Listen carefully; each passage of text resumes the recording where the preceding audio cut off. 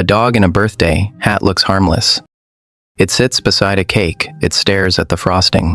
Someone says, "Can I pet that dog?" Another person wonders if it was about to eat the leftovers. And somewhere, if a horse could watch this scene, it might have every right to be offended. Because humans did not choose horses first, they did not choose cattle first. They did not even turn to the animals that looked most like them. They ended up with the wolf, that is the strange part. For most of human history, wolves were not friends. They were not mascots.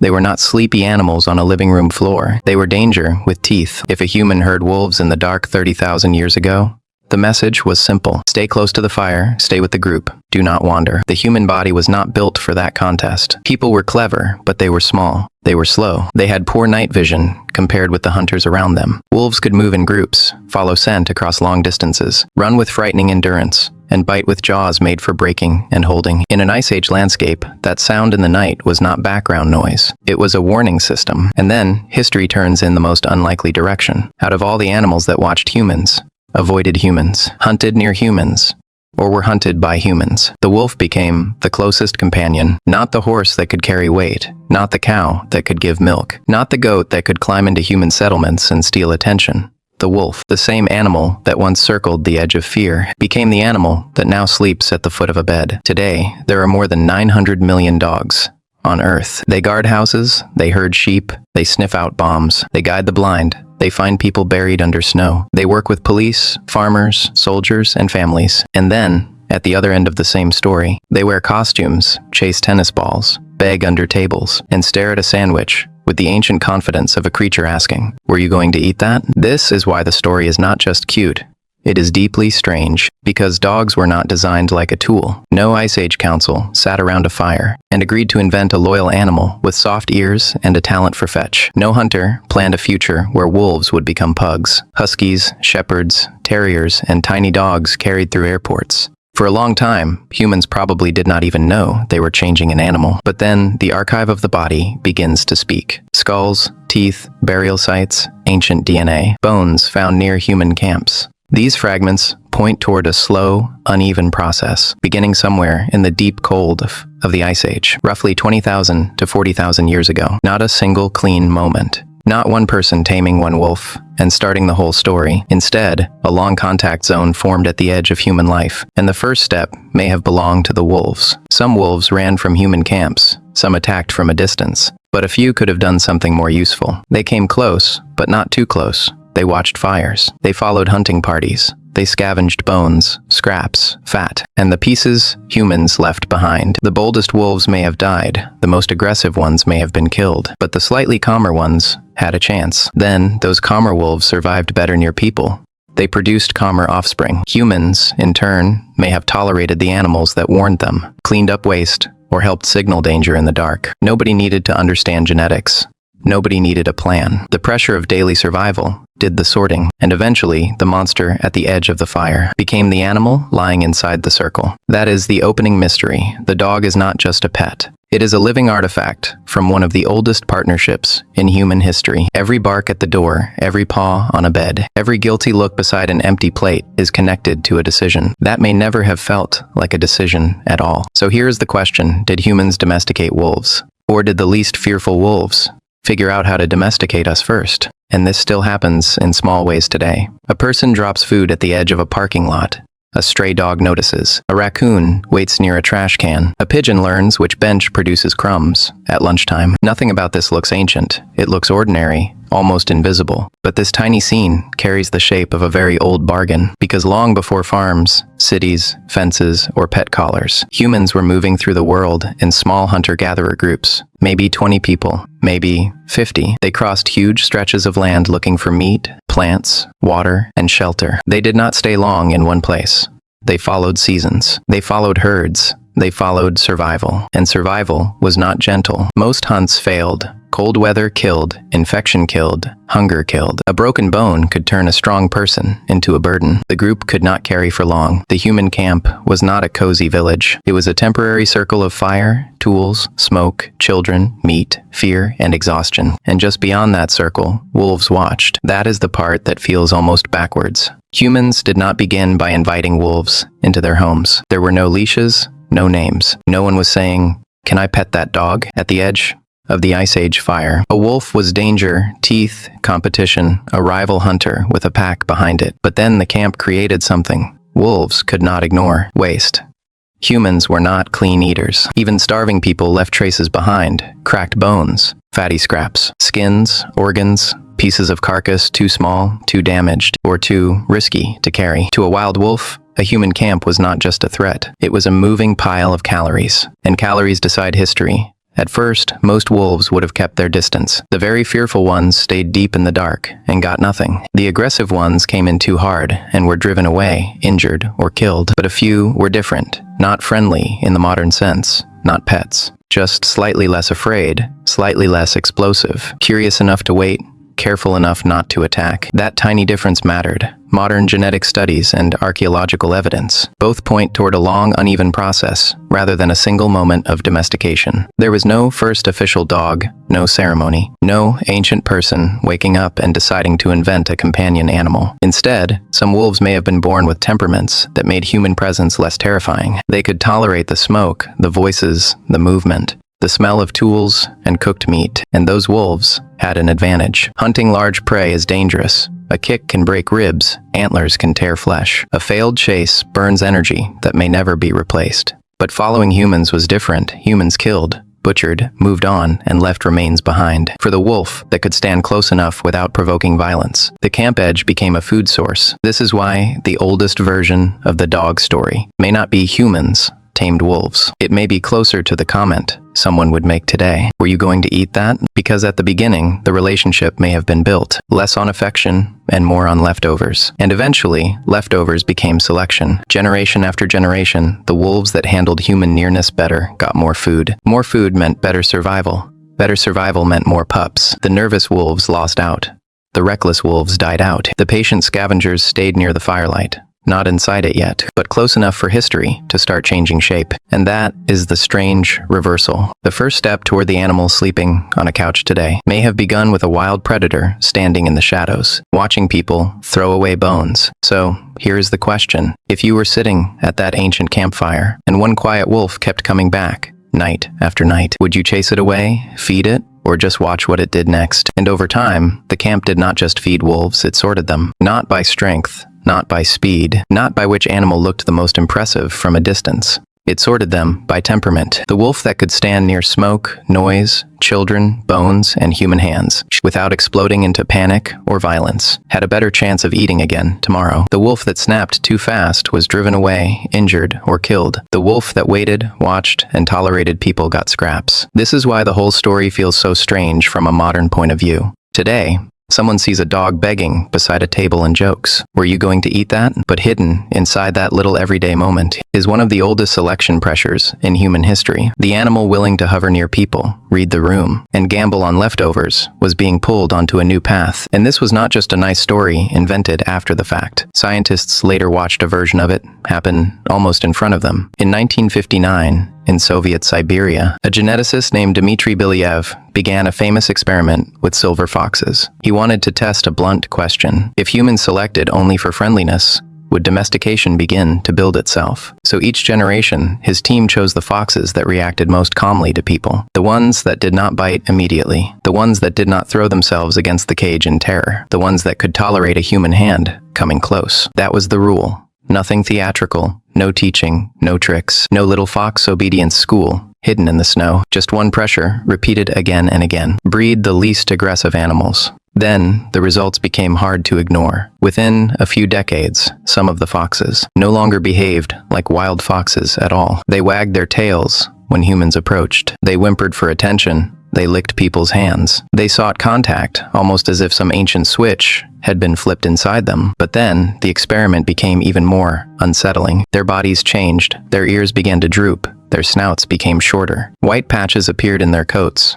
Their tails started to curl. These were not traits Belyaev had selected directly. He was not choosing foxes because they looked cute. He was not trying to manufacture a pet store face. He was selecting for behavior, and the body followed. And this is the part that makes domestication feel almost like a hidden package deal. When aggression is reduced across generations, other traits can shift with it. Hormones change, development changes, the timing of growth changes. Features that once belonged only to young animals can linger into adulthood. Softer faces, rounder shapes, more playful behavior, more willingness to look toward humans instead of away from them. This is why a modern dog can seem so far from a wolf, that people still ask, if dogs came from wolves, why do they act so differently? Even the family life looks different. Wolves are often tightly bonded and highly selective. Dogs can be socially flexible, opportunistic, and messy in ways that feel almost embarrassingly human. But that is part of the point. They were not simply copied from wolves. They were reshaped by living at the edge of human life. And once that process began, the animal watching the campfire was no longer just a wolf. It was a creature being edited by leftovers, fear, tolerance, and time. So when a dog today stares at a sandwich, like it has a legal claim to it, that is not just begging. It is an echo.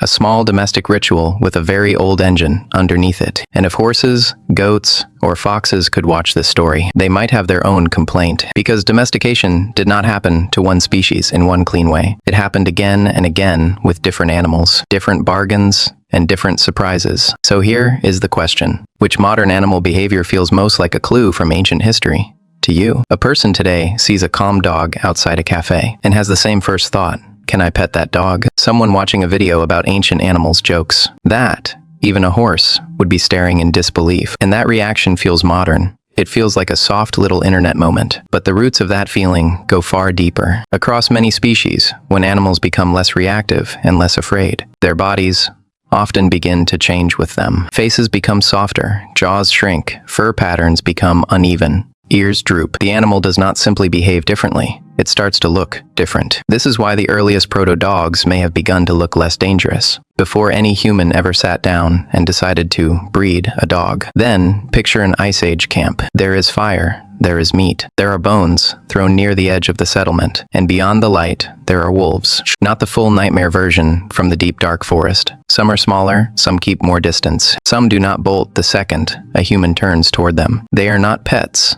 Nobody is calling them by names. Nobody is rubbing their bellies, but they are also not acting like ordinary wild wolves anymore. This is the strange part. Dog history may not begin with humans capturing wolves. It may begin with certain wolves choosing humans. The boldest wolves probably died. The most aggressive ones were chased away or killed, but the calmer scavengers could linger near camps, feed on leftovers, and survive another winter. Generation after generation, the wolves that could tolerate people gained an advantage, and without anyone planning it, the shape of the animal began to shift. This likely did not happen in one sacred birthplace, with one lucky tribe and one special wolf. Archaeology points to a much wider and messier story. Human groups and wolf populations were moving across enormous regions of the ancient world. Camps appeared, disappeared, and moved again. Hunting routes changed. Ice sheets expanded and withdrew. And in many places, the same quiet arrangement may have formed again and again. Humans made waste, wolves cleaned it up, and both sides watched each other from a careful distance. For thousands of years,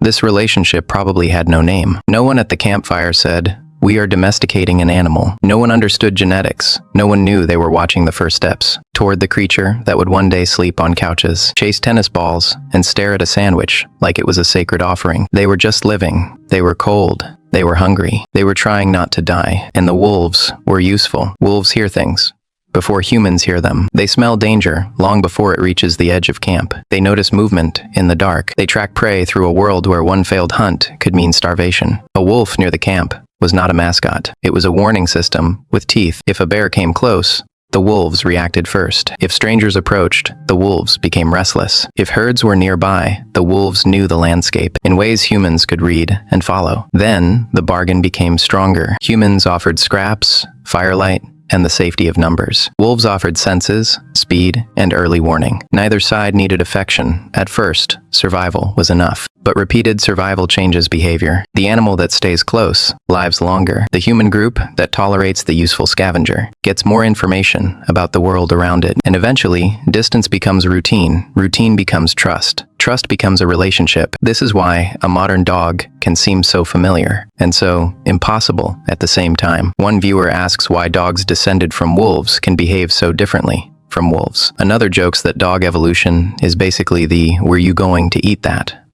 theory, and honestly, that joke is closer to history than it sounds. The path from wolf to dog may have started with leftovers, caution, and mutual advantage. Not a grand invention, not a sudden friendship, just a campfire, a pile of bones, and one animal brave enough to come a little closer. So when someone today reaches toward a friendly dog and asks if they can pet it, they are touching the end of a very old chain. A small modern gesture connects back to Ice Age camps, ancient migrations, and thousands of silent nights, when humans and wolves learned to survive beside each other. And here is the real question. If you were standing at that first campfire, would you have fed the wolf at the edge of the dark or driven it away? A small thing still happens every day. A dog sits beside a kitchen table. Someone drops a piece of bread, a noodle, a bit of rice, a crust from a sandwich, and the dog looks up like this is not an accident, but an ancient agreement being renewed one crumb at a time. People joke about it now. One viewer called it the "were you going to eat that?" theory of dog evolution. It sounds silly, but it points to something real. Dogs were not just the first domesticated animal in human history. They were earlier than sheep, earlier than goats, earlier than farming, earlier than the whole world of barns, fields, fences, and stored grain. By the time humans began planting crops and reshaping landscapes, dogs were already there, watching the fire, following the camp, learning the rhythm of human life. And then agriculture changed the deal. Humans started eating more grains, more wheat, more barley, more cooked starch, more scraps that wolves were not built to handle very well. And dogs, staying close to human settlements, slowly changed with the menu. Over generations, they became much better at digesting starch than wolves. That is not a small detail. It means their bodies were being pulled into human history, not just their behavior, not just their loyalty, their digestion. This is why the timeline feels so strange when it is placed next to familiar history. Dogs were surviving with people before writing, before cities, before metal tools, before kings left their names on stone, before pyramids rose in the desert. A horse could watch this story and almost protest. Are you kidding me? Because by the time many other animals entered the human world, dogs had already been inside it for ages. But the change did not stop at food. Across thousands of generations, humans and dogs began shaping each other emotionally. When a person looks into a dog's eyes, something measurable happens. Both the human and the dog release oxytocin, the hormone deeply tied to bonding between parents and children. Wolves do not naturally build this loop with humans.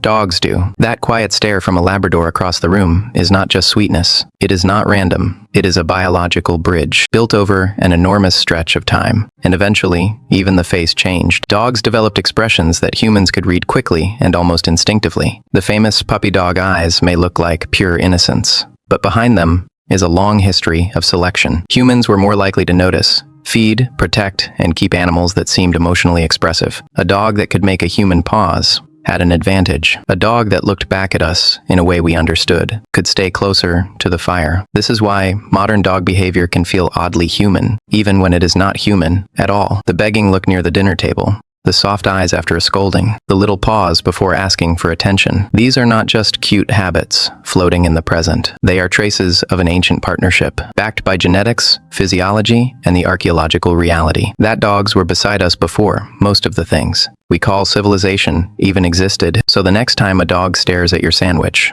like it has a legal claim to it, the question is not only whether you should share. The deeper question is this: are you looking at a pet or at one of the oldest living documents of human history? And be honest in the comments. If puppy dog eyes evolved because humans kept falling for them, are dogs loyal companions, or are they the most successful negotiators our species has ever met? A dog does something small today. It circles twice before lying down on a clean living room rug. It kicks in its sleep. It hides a snack under a pillow like it is burying treasure in frozen ground. It hears another dog far away and suddenly howls, as if answering a call older than the house, older than the city, older than the word pet. And this is where the story turns, because the animal on the couch is not just a softer wolf. It is also the result of a bargain. Humans gained something enormous from dogs. Anthropologists have argued that people hunting with dogs may have succeeded far more often than people hunting without them. A dog could smell what a human could not smell. It could hear movement before a human noticed anything. It could chase, corner, warn, guard, and pull a camp's attention toward danger. That means dogs may not have simply followed humans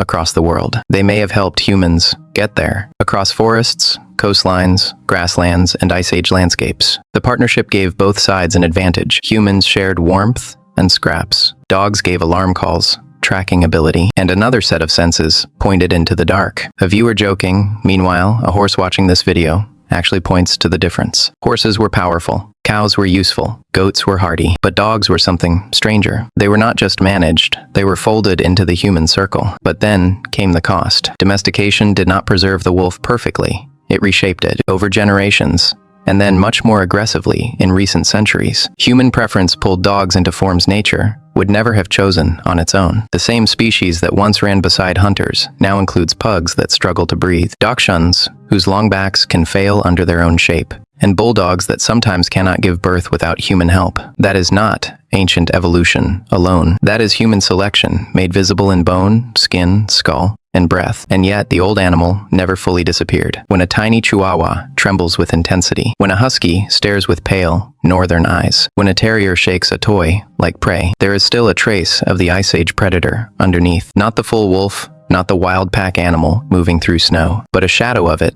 a memory carried in behavior. This is why ordinary dog habits feel oddly dramatic when seen through history. A dog circling before bed may be echoing wolves, pressing down grass or snow to make a safer resting place. A dog burying food may be replaying an old survival trick. From a world where meat was uncertain, a sleeping dog twitching its paws may look cute, but the movement belongs to a body built from chase, pursuit, and alertness. And that also explains why people keep reacting to dogs, as if they are almost human, but not quite. One comment says it perfectly: "Can I pet that dog?" That is the modern version of an ancient question. Is this animal safe?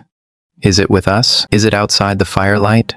Or inside it? Because cats live near humans, cows tolerate humans, horses work with humans, but dogs joined humans. They slept at the edge of the camp while predators moved beyond the glow. They crossed cold ground with people who had no maps, no roads, and no guarantee of morning. They became alarms, hunting partners, companions, scavengers, guards, and eventually family.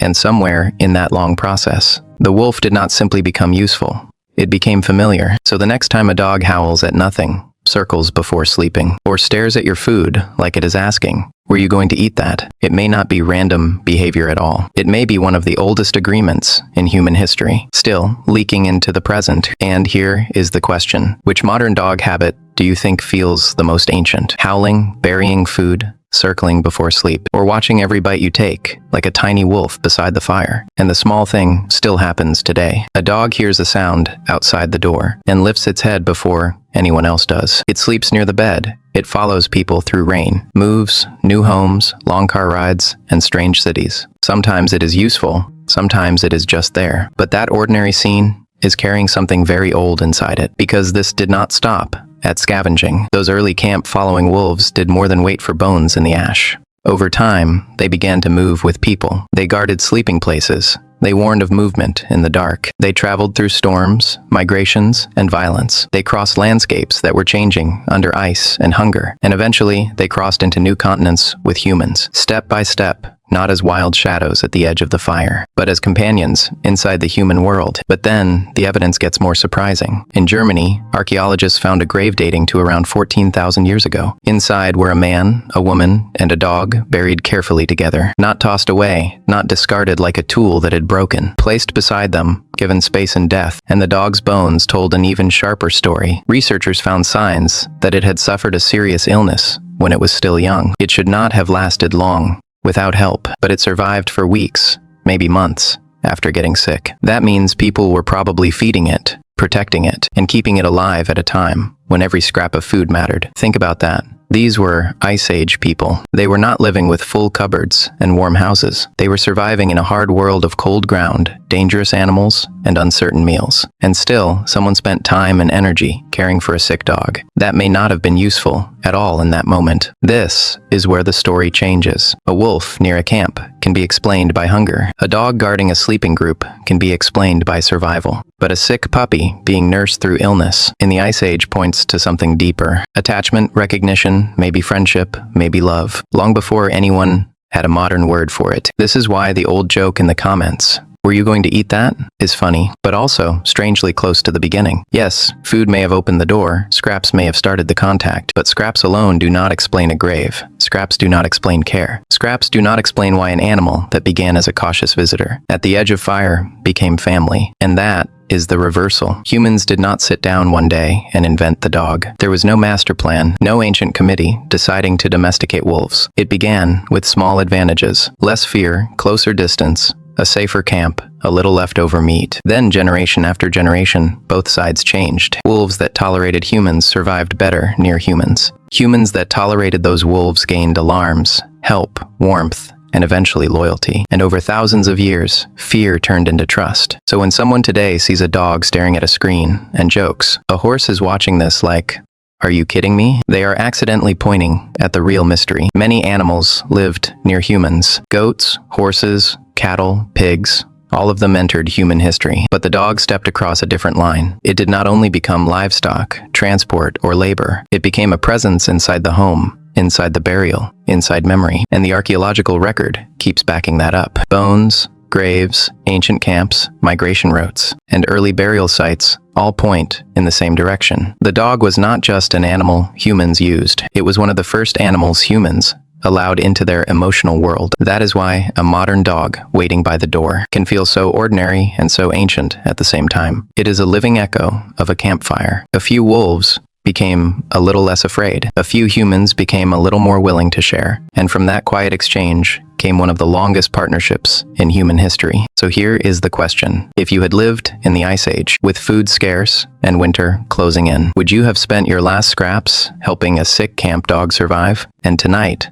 some small ordinary thing may happen in your room. A dog may curl up near the couch. It may rest its head beside your chair. It may fall asleep close enough to hear you breathe, with no idea that this quiet habit began long before cities, long before leashes, long before anyone could joke in the comments, "Were you going to eat that?" But then the strange part appears. This friendship did not begin as a cute story. It began in the hard edges of ancient human life. Where wolves watched camps, scraps mattered, and the boldest animals learned that staying near people could mean survival. And eventually, that distance shrank. Generation by generation, fear turned into tolerance. Tolerance turned into trust, and trust became the animal sleeping beside a human bed. This is why a modern dog can feel so familiar, and still carry something ancient in its bones. Archaeological remains, burial sites, and genetic evidence all point back to a relationship that was not invented yesterday. It was built slowly through cold nights, leftover food, shared danger, and thousands of years of watching each other. So when that dog looks at you like it understands more than it should, maybe it is not magic. Maybe it is history, still breathing in the room. And now you know, the question is, if a horse were watching this story too, would it be impressed, offended, or just waiting for its turn?